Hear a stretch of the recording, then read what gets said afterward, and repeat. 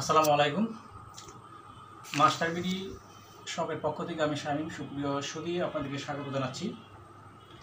আশা করছি ভালো আছেন। আলহামদুলিল্লাহ আমিও ভালো আছি। সুপ্রিয় সুধী, আপনারা জানেন যে মাস্টার বিডি শপের পক্ষ থেকে সুন্দরবন থেকে সংগৃহীত চাককাটা খলিশাগুলির মধু সারা দেশে সরবরাহ করা হয়। তো মধুভক্ত ভাই বোনেরা, আপনারা যারা নিয়মিত মধু খান, নিয়মিত মধু ক্রয় করেন, তো অনেকের মধ্যেই একটা ভুল বোঝাবুঝি হয়ে থাকে সুন্দরবনের মধু নিয়ে। কারণ এই মধুটা অত্যধিক দুর্লভ এবং দামি। আর এছাড়া সুন্দরবনের চাককাটা মধু বাংলাদেশের সবচেয়ে সেরা মধু, যদি সেটা প্রাকৃতিক মধু হয়, ন্যাচারাল মধু হয় এবং চাককাটা মধু হয়। তো আজকে আমি যেই বিষয়টি কেন্দ্র করে আপনাদের সম্মুখে হাজির হয়েছি, যে বিষয়গুলো আপনারা জানলে পরে সুন্দরবনের মধু কিনলে বা ক্রয় করলে আপনাদের আর ভোগান্তি থাকবে না, অথবা ঠকবেন না, অথবা মধু কিনে প্রতারিত হবেন না। কেননা তো সুপ্রিয় সুধী, আপনারা জানেন সুন্দরবনের মধু, আমি যেই মধুটা আপনাদেরকে সরবরাহ করি সেটা হলো সুন্দরবনের চাককাটা খলিশা ফুলের মধু। আর এই মধুটা সুন্দরবনে মার্চের শেষ থেকে ফুল ফোটা শুরু হয়। সাধারণত সরকারি নিয়ম অনুযায়ী এপ্রিল মাসের 1 তারিখে সরকারি পারমিশন বা বন বিভাগের পারমিশন নিয়ে মোয়াল ভাইয়েরা সুন্দরবনে ঢুকে মধু সংগ্রহ করার জন্য। এপ্রিল, মে, জুন পর্যন্ত তারা মধু সংগ্রহ করে পর্যায়ক্রমে ধাপে ধাপে এই সংগ্রহ করা মধু আমি মাস্টার বিডি শপের মাধ্যমে আপনাদেরকে সরবরাহ করে থাকি। তো আজকে আমি যে বিষয়টা নিয়ে আপনার সাথে কথা বলতে চাচ্ছি সেটা হলো সুন্দরবনের মধু কি কি বৈশিষ্ট্য থাকলে আপনি বা আপনারা অতি সহজে চিহ্নিত করতে পারবেন, অথবা চিনতে পারবেন যে আসলে এটা খাঁটি মধু। এছাড়াও আমি আজকে আলোচনা করবো, আপনাদের সম্মুখে তুলে দেবো এই মধু কীভাবে আপনারা সংরক্ষণ করবেন যাতে আপনারা দীর্ঘদিন ব্যবহার করতে পারেন। তাহলে চলুন আর কথা না বাড়িয়ে আমরা এই মধুর বৈশিষ্ট্যগুলো কি কি থাকে বা আছে আমরা জেনে নিই।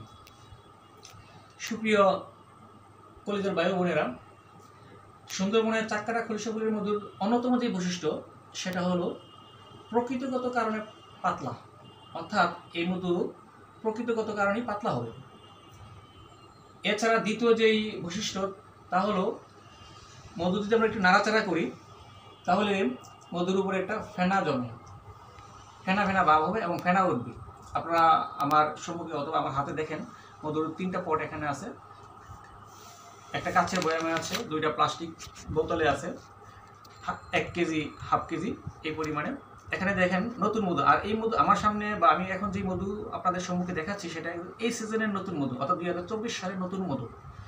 এই মধুটা আপনারা দেখেন যে উপরে একটু সাদা সাদা বা ফেনা ফেনা দেখা যাচ্ছে। আর এই ফেনাটা আরও বেড়ে যাবে যদি আপনারা নাড়াচাড়া করেন অথবা বোতল অথবা পট পরিবর্তন করেন, তখন এই ফেনাটা আরও বেড়ে যাবে।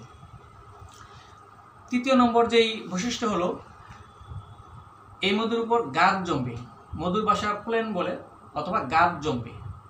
সেজন্য অনেকে মনে করে ফেনা অথবা গাছ জমলে মধু নষ্ট হয়ে যায়। আসলে তা না। সত্যিকার অর্থে মধুর এক এক ফুলের এক একটা বৈশিষ্ট্য থাকে। সেজন্য আমি আপনাদেরকে অনুরোধ করছি যে সুন্দরবনের চাককাটা খলিশা ফুলের মধুতে ফেনা উঠবে, গাছ জমবে। এছাড়া আরও যে বৈশিষ্ট্যগুলো বিদ্যমান সেগুলো হলো মধু যদি আপনি দীর্ঘদিন কোনো পটে বা বয়ামে রাখেন তাহলে গ্যাস গ্যাস ভাব হবে, অর্থাৎ বুদবুদ শব্দ হবে। আপনারা যখন ক্যাপটা এভাবে খুলবেন তখন আপনাদের মনে হবে যে গ্যাস গ্যাস ভাব। সুপ্রিয় সুধী, এছাড়া যে বৈশিষ্ট্যগুলো আমরা পাই সাধারণত সেটা হলো এই মধু যদি আপনি ফ্রিজে রাখেন তাহলে জমবে না। আমি আজ পর্যন্ত কোনো দিন দেখিনি, আমি ব্যক্তিগতভাবে নিজেও বাসা পরীক্ষা করেছি যে আসলে এই মধুটা ডিপ ফ্রিজে রাখলে জমে কিনা, আমি পাইনি। তবে হ্যাঁ, এর ঘনত্ব একটু বেড়ে যায় সময়ের সাপেক্ষে, অল্প 2-1 মিনিটের মধ্যেই আবার স্বাভাবিক পর্যায়ে চলে আসে। এই ছিল আমাদের সুন্দরবনের চাককাটা খলিশাগুলির মধুর অন্যতম বৈশিষ্ট্য। আশা করছি এই বৈশিষ্ট্যগুলো জেনে শুনে যদি আপনারা মধু ক্রয় করেন বা কিনেন তাহলে আর প্রতারিত বা ঠকবেন না। তাহলে চলুন আমরা এখন জেনে নিই এই মধু আমরা কীভাবে সংরক্ষণ করব। পরিশ্রমের টাকায় এত টাকা দিয়ে আপনারা মধু ক্রয় করবেন, কিন্তু যদি আপনারা সংরক্ষণ প্রক্রিয়া না জানেন, পদ্ধতি না জানেন, তাহলে আপনার এই মধুটা নষ্ট হয়ে যাবে। তাহলে আমরা কীভাবে সংরক্ষণ করতে পারি সেজন্য আমি আপনাদের সম্মুখে আজকে একটি কাচের বয়াম রেখেছি। দেখেন, লক্ষ্য করুন, আমরা সাধারণত আপনাদের কাছে যেভাবে মধু বোতল পৌঁছাই বা দিয়ে থাকি বা সরবরাহ করে থাকি সেটা হলো এই যে প্লাস্টিকের বোতলে লক করা থাকবে। এটা এখানে আনলক করা আছে, কিন্তু এটা লক করা থাকবে। এছাড়া এটা 1 কেজি পট বা 1 কেজি বোতল, এটা 1/2 কেজি বোতল। এছাড়া আমরা বাসায় যেভাবে, মূলত আমি এই যে কাচের বয়ামে আমি আমার ব্যক্তিগতভাবে বা আমার ছেলে মেয়েদেরকে খাওয়ানোর জন্য কাচের বয়ামে আমি মধু সংগ্রহ করি। এই বছর নতুন মধু আমি এখানে রেখেছি। দেখেন, আমার এখানে লেখা আছে সুন্দরবনের 100% খরিশাগুলির মধু। তো আমি মূলত দেখানোর উদ্দেশ্য হলো যে সুন্দরবনের খাঁটি মধু সংগ্রহ করবেন। এরপরে মূলত সংগ্রহ করার পর আমরা কীভাবে সংরক্ষণ করবেন, তাহলে আমরা কি করব, কাচের বয়ামে শুষ্ক স্থানে মধু সংরক্ষণ করব। তাহলে আশা করতে পারি বা আশা করা যায় যে দীর্ঘদিন ব্যবহার করতে পারবেন। হ্যাঁ, কাচের বয়ামে যখন রাখবেন তখন এই বয়ামে কি হবে, গাছ জমে, গাছটি আপনার সরিয়ে খাবেন অথবা ফেলে দিতে পারেন। আর বোতলে বা বয়ামে যদি গাছ থাকে তাহলে মধুর গুণগত মান আরও বেশি ভালো থাকে।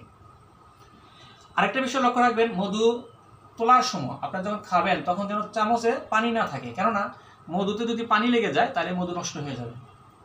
আর এই মধু যদিও আমি বলেছি যে ডিপ ফ্রিজে রাখলেও জমবে না, কিন্তু আমি এখন আপনাদেরকে বলবো যে মধু যদি ফ্রিজে রাখেন তাহলে মধুর গুণগত মান নষ্ট হয়ে যায়। সেজন্য আমরা ফ্রিজে না রেখে বাসা বাড়িতে, আমাদের বসত বাড়িতে শুষ্ক স্থানে কাচের বয়ামে রাখবো।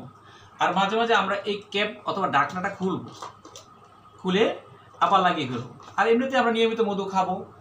আমরা যদি চাক্কাটা খলিশাগুলো প্রাকৃতিক মধু খেতে পারি অথবা যে কোনো প্রাকৃতিক মধু খেতে পারি, তাহলে ইনশাআল্লাহ আশা করা যায় আমরা বিভিন্ন অনেক ধরনের রোগ থেকে বেঁচে যাব। আল্লাহ আমাদেরকে হেফাজত করবেন। তো সুপ্রিয় মধুভক্ত ভাই বোনেরা, তাহলে চলুন আমরা এখন একটু দেখি যে এই মধু আসলে কতটা পাতলা, এবং আমরা একটি এই যে বাটিতে রাখি, দেখি কেমন কতটা পাতলা দেখায় এবং এর কালারটা কেমন। আর কালারটা মূলত হয় প্রথম দিকটা সাদা অথবা নারকেল তেলের মতো একটু ভাব দেখা যাবে। এরপর আস্তে আস্তে যখন বাসা বাড়িতে থাকবে তখন একটু লালচে ভাব হয়ে যাবে, তাহলে চলুন আমরা একটু দেখি।